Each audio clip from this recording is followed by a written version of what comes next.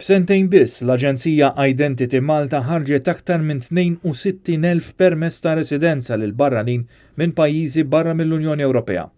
Dan kien irrappurtat iktar kmieni din il-ġimgħa mill-Istazzjon Nazzjonali li kwota ċifri mogħtija lilu minn Identity Malta.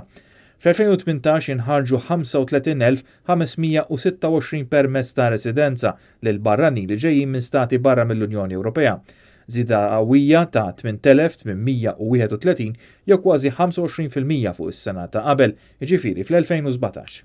Skont iċ-ċifri tal-istess Identity Malta, l-aktar li nħarġu permessi u lil ċittadini Serbi 5,744.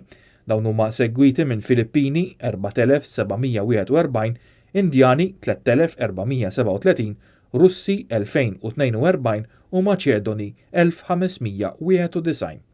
Il-maġġoranza kbira ta' dawn il-permessi nħarġu għal raġunijiet ta' xogħol, bl-aktar setturi li qed jimpjegaw dawn il-barranin huma l-kostruzzjoni, l-ospitalità u s-saħħa. Dawn in-numri ma jinkludux ċittadini minn stati membri tal-Unjoni Ewropea li m'għandhomx bżonn permess biex jgħixu u jaħdmu f'Malta. Dawn iż-żidiet qawwija sena wara l-oħra jikkonfermaw il-kritika tal-Partit Nazzjonalista li l-Gvern qed ikabbar l-ekonomija billi jkabbar il-popolazzjoni. Madankollu fil-waqt li l-Gvern qed jiftaħ il-bibien beraħ lil dawn l-għexieren ta' eluf li qed jiġu Malta sena wara l-oħra, jidher li ftit li xejn sar pjanar fuq l-effetti ta' dawn iż-żidiet qawwija fuq diversi oqsma tal-pajjiż.